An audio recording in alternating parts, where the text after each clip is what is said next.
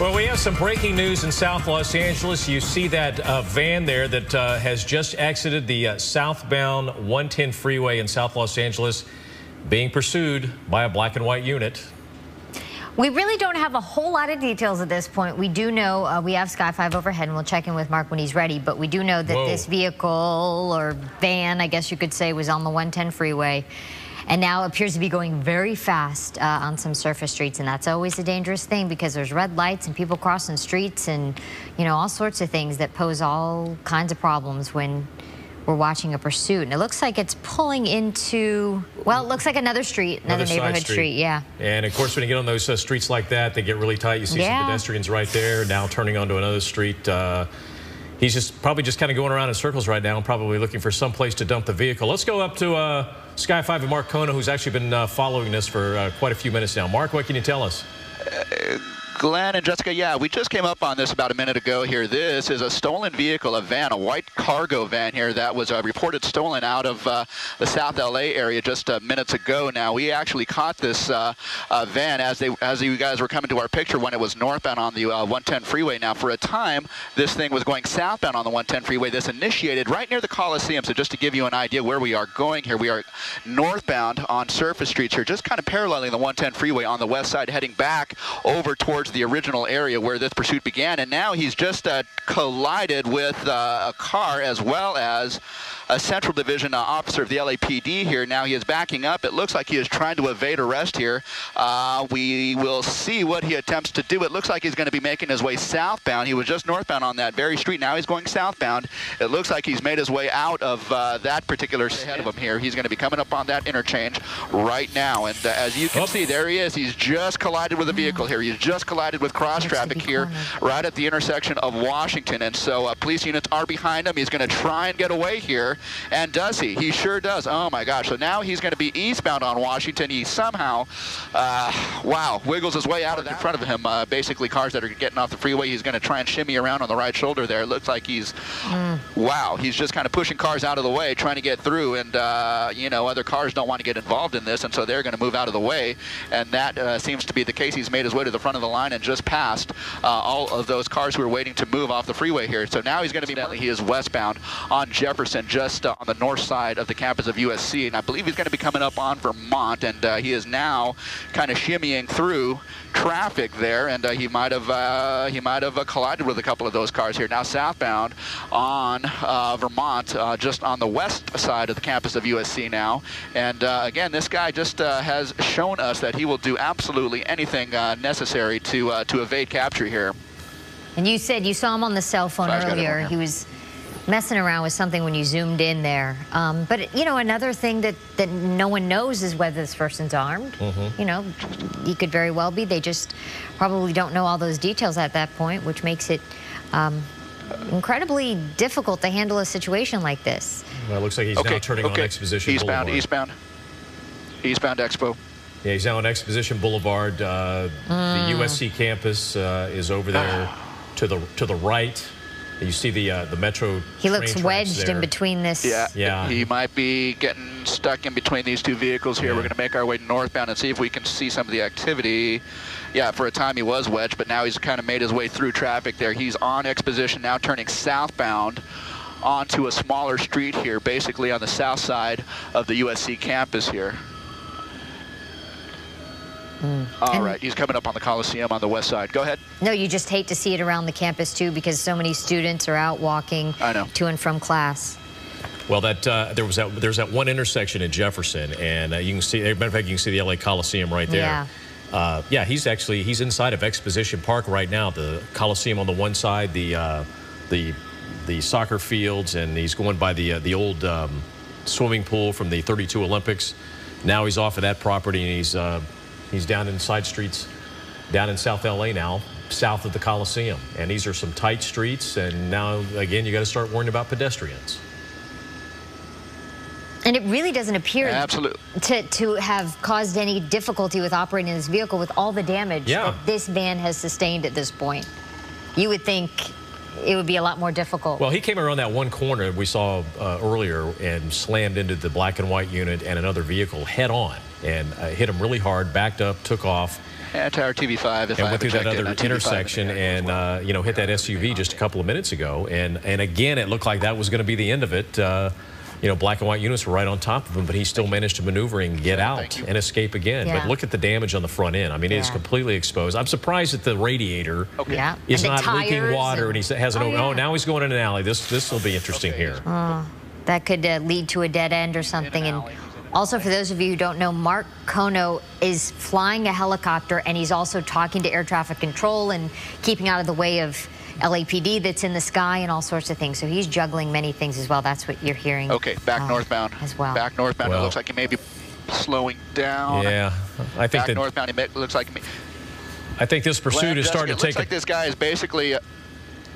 Go ahead. It looks like this guy is basically in the same general vicinity where this all kicked off about half an hour ago. He's kind of been circling a couple of. Wow! Almost came up on crash traffic there, and wow, we almost had another collision there. My goodness. He is basically eastbound approaching the Harbor Freeway at this point, but this is basically the general vicinity where this all kicked off, and so this may be an area of familiarity to this guy here. And as he comes up to that intersection up there, Figueroa, there are a couple of officers waiting there, and he just got spike stripped. I believe he may have been spike stripped there. Hopefully they got him, and that might help to disable this guy's car. But here he is back now eastbound on the major street there, and so yeah, this is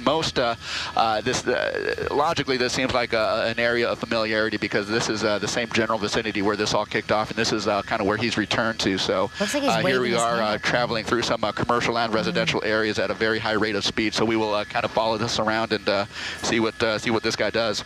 Well, we're starting to see a lot of pedestrians out on the street, so obviously the word's getting out. People have been watching the news, and the word's getting around. So, you know, we've seen these situations before where the longer these go on, they start to attract a crowd. People start anticipating, they start standing on the street corners and waving and cheering or whatever. Hopefully they're rooting for the police in this situation, but you just don't know. It's crazy. See those people running back there? Now, oh, look at that. Again, on the wrong side of the street. I'm wondering if he did make contact with that spike strip because he seems to be really out of control at this point. Well, I don't see the tires, but the tires aren't smoking. You don't see the tires smoking, so now he's going down. Looks like another alley. Coming through an alley northbound. Now he's going to be making a right-hand turn off to the east. He's going to be coming up on some traffic here, some LAPD traffic waiting at the intersection. Now turning southbound. And you hate to anticipate how this is going to end because this is a guy that's not going to go easy. Yeah, you know. Okay. Mark, you think at almost some point that one of these, an officer at one of these intersections would try to T-bone him? Well, you know what, Glenn? I don't know about that. You know, you think the best they might be able to hope for would be to spin him at some point if given the correct amount of speed here. But I will tell you, this neighborhood is thoroughly saturated with LAPD officers here. I mean, again, this just seems like a familiar area to him, and so there are officers at several of the intersections. However, having just said that, he's just going to be coming up on a bus here. My gosh, turning northbound. You know, at the rate that he's kind of ripping through these small streets and coming up on major intersections here, I'm just surprised that he hasn't T-boned an officer or someone else. We have already seen several accidents already directly involving this guy just coming too fast and blind into intersections here. So now he's northbound. You know, I will say that he's probably traveling a little bit slower than he was at its peak. Maybe that van is showing some signs of wear, or maybe it's slightly disabled. We just don't know at this point. You know, here he's going to be making a right turn, and there he is. And he's just tried to make the right turn a little bit too fast, and now he's going to try and get out of this. And so he has been able to do so countless times before, and now here's another time. He is just now he was basically taking that turn too fast, and he couldn't make the turn, and so he just got pinned up against the curb there and the vehicle. But he is able to get out of that one, as we have seen time and time again at this point. So again, he's just kind of making his way, making the round through the neighborhood here, east, west, north, and south through this residential area, just south of the Coliseum by about 3 to 5 blocks at this point. But he's just kind of making his way around. I can't believe how many times he's gotten out of a predicament here. We've seen. Yeah, and he backed up and hit another black and white unit, so that's another charge of assault with a deadly weapon. And this is. It's just amazing he's lasted as long as he has. It really is, considering the damage to that vehicle, and he just continues to go. And that they can't corner him in. They're so close every time, and he gets away. Well, it looked like they were going to try a pit maneuver that intersection a couple of, about 30 seconds ago, but there was another vehicle sitting there, so there's no way they could do that. And you see there a pedestrian there running to get out of the way. Okay. Again, if you're just joining us, you're watching The View from Sky 5. This is a cargo van that was stolen in South Los Angeles near the LA Coliseum in Exposition Park. And it looks like another spike strip. Spike strips. There we go. Good job. Good job. Great placement on that spike strip. As he was coming around that intersection, they laid down the spike strip, and apparently he ran right over it. So this vehicle does seem to be moving a little bit slower, although having said that, he is trying his very best to get away and evade capture at this point here. Several officers of the LAPD are stationed around the neighborhood here, and given the fact that they were able to lay down spike strips at that particular intersection tells us that, he has been kind of making the rounds through that same intersection. So they are not able to predict his moves so much, but they know that he is kind of working his way around this same neighborhood. So by that, they have been able to lay down those spike strips and hopefully do a little bit more damage to the van and hopefully bring this to an end. You know, Mark, we always see that when these pursuits get to this point that they usually return to the neighborhood they're familiar with. They probably live there. What's amazing is he probably is a good bet that he lives in this neighborhood. But he also committed a crime in the same neighborhood. He stole a van. I mean, somebody's probably going to know him and turn him in for the stolen vehicle if he'd have gotten away with it. It seems like you would have committed the crime, you'd go to another neighborhood. Yeah, you would think, but, who can attest to the, logic of, what these guys do and, why they do things. But he's literally going in I don't know for sure that the van is from this particular neighborhood, but he definitely knows, he certainly seems to know a little bit about the layout of this neighborhood here in terms of streets and, where to turn. And he just seems to kind of know the ins and outs of this neighborhood. So he has been just kind of making the rounds over, say, a 5 to 10 block square radius here, and he continues to do so. Yep. They're getting him at each stop sign, though. I mean, he's ran over multiple, and then now an officer just pulled back a woman there on the corner. Somebody was yelling, ran out in the street and was yelling at him. Somebody was yelling at him. Maybe someone he knows, like Glenn said, if he does live in this neighborhood, there could be relatives, asking him to stop. Okay, he's coming down the alley. He's turning down another alley. And the officer's right behind him. You'd think at this point, just give it up. I mean, you're not getting away. There's the chance of you getting away passed a long, long time ago. But he continues to. If he makes the right turn here. If he makes the right turn, half a block down is where that officer pulled that woman back. So we will see. It looks like this may be an area of familiarity here. He has gone through that intersection now, and that was the intersection that we just saw that officer and that woman just moments ago here. He has just passed that intersection.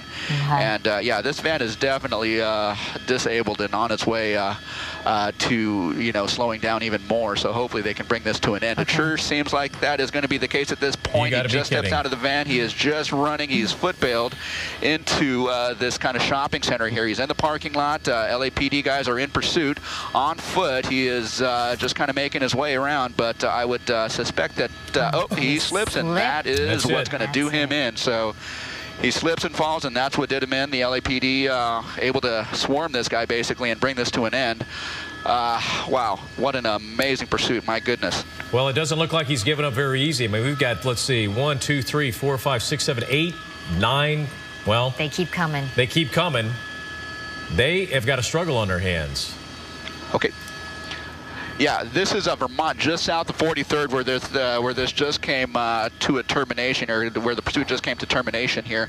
But you can see there's no shortage of officers here ready to take this guy into custody here. He has led this police force on a pursuit for at this point for the better part of half an hour, even longer. This pursuit basically started right in this general neighborhood here, and that is where it ends.